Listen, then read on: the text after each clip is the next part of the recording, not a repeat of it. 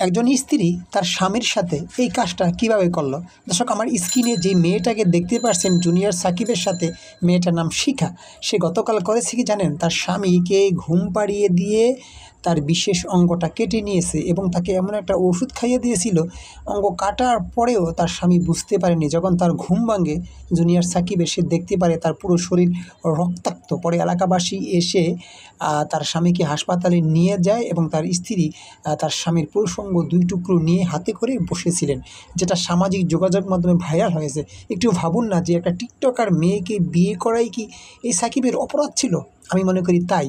কারণ টিকটকার কিংবা যারা এই যে মডেলিং করে তাদেরকে বিয়ে করা একটা মহা বিপদের অধ্যায় আমি মনে করি বাংলাদেশে। নাইলে কোনো স্ত্রী তার স্বামীর এই অঙ্গটা কেটে নিতে পারে না।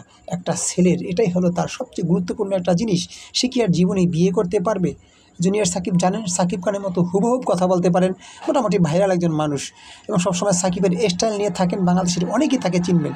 তাই বলে শিখা ভালোবাসার মানুষকে এভাবে তার জীবনটাকে শেষ করে দিবেন, ভাবাই যায় না। পুলিশ তাকে গ্রেপ্তার করেছে গতকাল নারায়ণগঞ্জ বন্দরে সকালে এই ঘটনাটা ঘটেছে, যেটা বাংলাদেশের বড় বড় গণমাধ্যমে চলে এসেছে অলরেডি।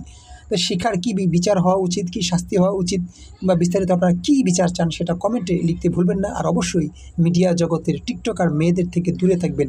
এদের কারণে সংসার যে কতটা অশান্তি বয়ে আনতে পারে, যেটা আপনারা গত কয়েকদিন বাংলাদেশের ঘটনা দেখলে বুঝতে পারবেন। তাই সাবধানে থাকবেন, বিবাহ করবেন ভালো ফরেজগার মেয়েকে, নামাজি মেয়েদেরকে, দেখবেন আপনার জীবন উজ্জ্বল হবে। এইসব লুবি টিকটকার মেয়েরা কখনোই একটা স্বামীর সংসারে এসে তারা কর্মফল দিয়ে ভালো কাজ করতে পারে না। তাদের মাথায় সবসময় গান বাজনা কাজ করে। এই জিনিসটা মাথায় রাখবেন। ভিডিওটি কোনো ভালো লাগলে শেয়ার করে দিবেন, আর আমাদের চ্যানেলটি ফলো কিংবা সাবস্ক্রাইব করতে ভুলবেন না। সবাই সাবধানে থাকবেন অবশ্যই। এইসব